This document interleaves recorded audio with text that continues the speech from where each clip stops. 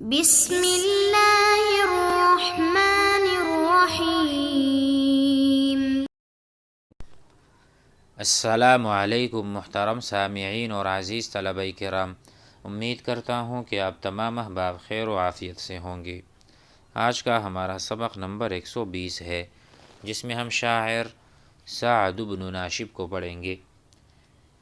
ان کا تعارف یہاں مذکور نہیں، لہٰذا اشعار پڑھتے ہیں اور اسے سمجھتے ہیں۔ وقال سعد بن ناشب تفندنی فيما ترى من شراستي وشدة نفسي سعد وما تدري فقلت لها إن الكريم وإن حلا ليلفى على حال أمر من الصبر۔ اس کا ترجمہ بھی کر دیتے ہیں۔ تفندنی تجہلنی، تجہلنی یہ فعل اور مفعول ہے، اس کا فاعل ہے سعد۔ سعد مجھے ملامت کرتی ہے یا مجھے برا بلا کہتی ہے۔ تجہلنی یہاں لکھا ہے گویا کہ جسے کہتے ہیں تعارف جاہلانہ۔ تفندنی فیما ترى، وہ مجھے ملامت کرتی ہے، فیما ترى جو وہ دیکھتی ہے، من شراستی ای من سوء الخلق، یعنی میری بدخلقی کو دیکھ کر، وشدت نفسی اور میری سخت مزاجی کو دیکھ کر مجھے ملامت کرتی ہے، وما تدری الحقیقہ اور وہ حقیقت حال سے ناواقف ہے، حقیقت کو نہیں جانتی،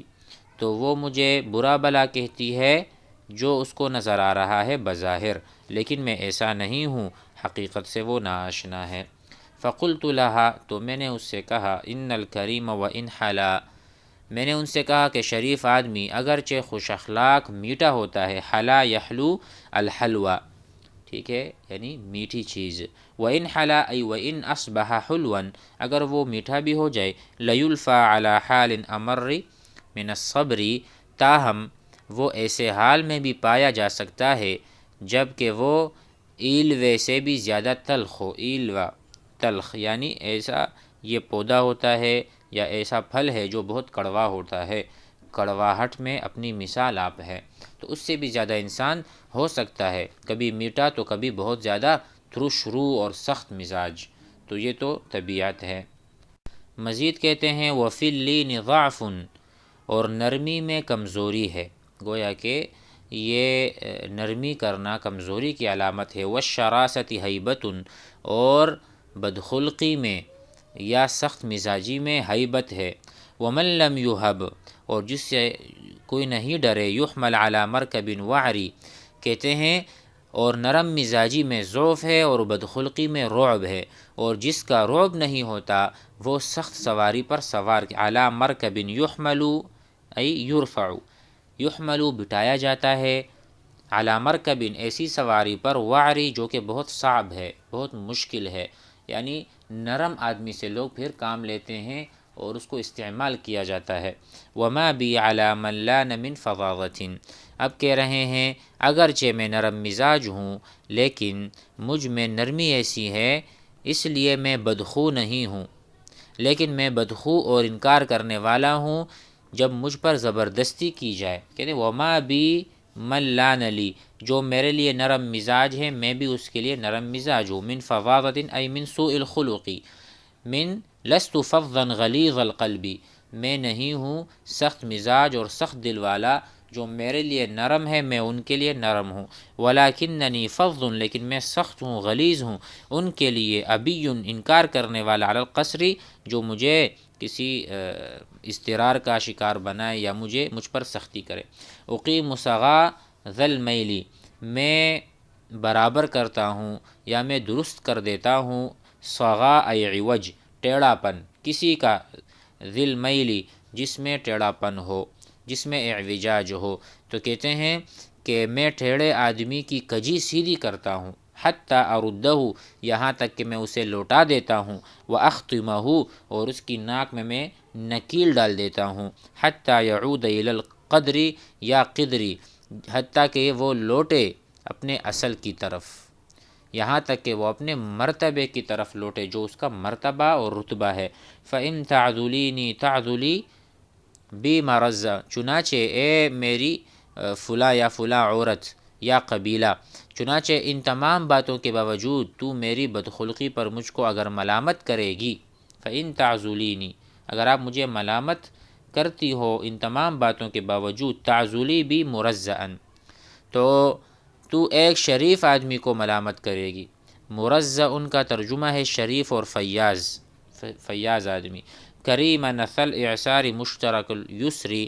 اس حالت میں اس آدمی کو کہ جو تنگ دستی کی خبر اچھی ہے اس کے پاس، اور اس کی تونگری سب میں مشترک ہے، یعنی جب وہ مشکل حالت میں ہو تو وہ لوگوں کی طرح رہتا ہے، اور جب وہ یسار یعنی اس کے ہاتھ کھلے ہوں، کشادہ ہوں، خرچ کر سکتا ہو تو وہ خرچ بھی سب کو شریک رکھتا ہے۔ اذا ہم القى بین عینیہ عزمہ، اور ایک صفت یہ ہے اس آدمی میں کہ جب وہ کسی کام کا ارادہ کرتا ہے تو اپنے عزم کو پیش نظر رکھتا ہے۔ القى طرح وضع کرتا ہے، رکھتا ہے، عزمہ اپنے عزم کو، بین عینیہ اپنے آنکھوں کے سامنے، بین یہاں پر مانا ہوگا امام عینیہ عزمہ، وصمم، اور وہ جو عزم مصمم کرتا ہے، تصمیم السریجی، وہ کس کی طرح ہوتا ہے؟ وہ سریجی تلوار کی طرح ہوتا ہے، ذی الاثری، جو اپنا اثر کر دکھاتا ہے۔ سریجی تلوار سریج کی طرف منسوب ہے کہ جو آدمی بہت اچھی تلواریں بناتا تھا اور وہ جس پر لگے اسے کاٹ دیتا تھا۔ مزید آگے بڑھتے ہیں۔ وقال ایضا، اور اس نے کہا، اور اس نے یہ بھی کہا، لا توعدنا یا بلال فإننا وإن نحن لم نشقق عصا الدین أو عصا الدین أحرار وإن لنا إما خشیناک مذهبا إلى حيث لا نخشاك والدهر أطوار فلا تحملنا بعد سمع وطاعة على غاية فيها الشقاق أو العار فإنا إذا ما الحرب ألقت قناعها بها حين يجفوها بنوها لأبرار ولسنا بمحتلين دار هضيمة مخافة موت ان بنا نبت الدار۔ یہاں پر کہتے ہیں کہ اے بلال کو مخاطب کرتے ہوئے کہ دھمکیاں نہ دو۔ ہم کہتے ہیں نا وعد اور وعید، وعد وہ وعدے ہیں اور وعید دھمکانا، ڈرانا۔ لا توعدن، اوعد یوعد، کہ اے بلال ہمیں دھمکی ہرگز نہ دیں، فإننا، کیونکہ ہم احرار آزاد لوگ ہیں، وإننا احرار۔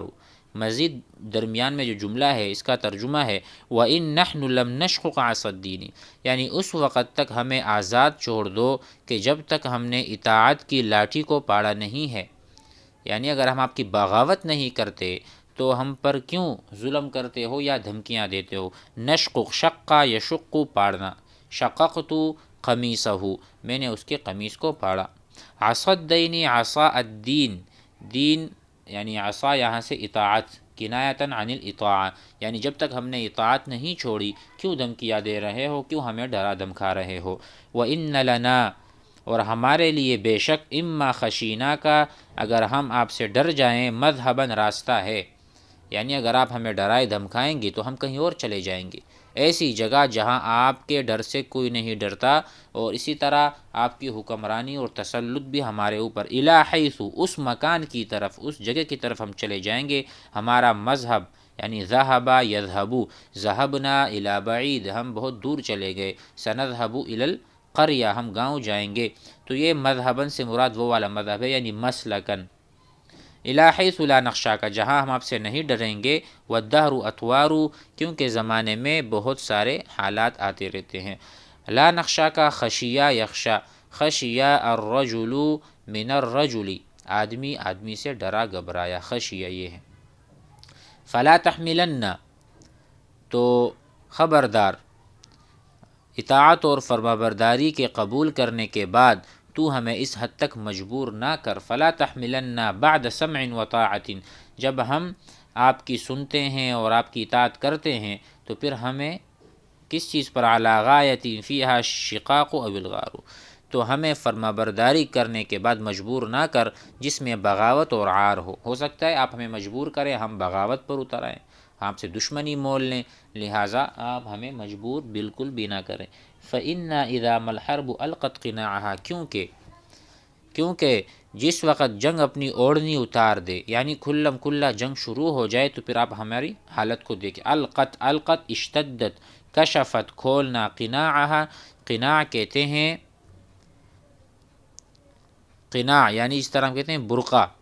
یا حجاب، اگر جنگ اپنا حجاب اور اپنی اوڑھنی ہٹا دے گا تو پھر نقصان ہوگا، خانہ جنگی ہوگی، مسائل ہوں گے۔ بہا حین یشفوہا بنوہا لابرارو، مزید کہتے ہیں کہ جنگ سے اعراض کریں تو ہم فرما بردار ہوں گے اور لڑتے رہیں گے، آپ کا ساتھ نہیں چھوڑیں گے، لہٰذا ابھی ہمیں آپ مجبور نہ کریں کیونکہ ہم جنگ کے وقت میں آپ کے کام آئیں گے بہت زیادہ۔ مزید ہے وَلَسْنَا بِمُحْتَلِّينَ دَارَ حَظِيمَةٍ، اور موت کے خوف سے ظلم اور ذلت کے گھر میں ہم اترنے والے نہیں ہیں جبکہ ہمارا گھر ہمیں موافق نہ ہے۔ کہتے ہیں وَلَسْنَا بِمُحْتَلِّينَ،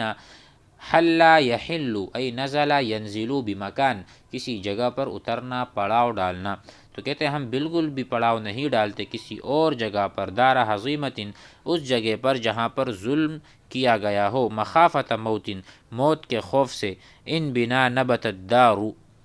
کہتے ہیں کہ جب ہمارا گھر ہمیں موافق نہ آئے تب بھی ہم اپنا وہ کسی اور کی جگہ پہ قبضہ نہیں کرتے۔ امید ہے کہ یہ سبق آپ حضرات کے لیے آسان ہوگا۔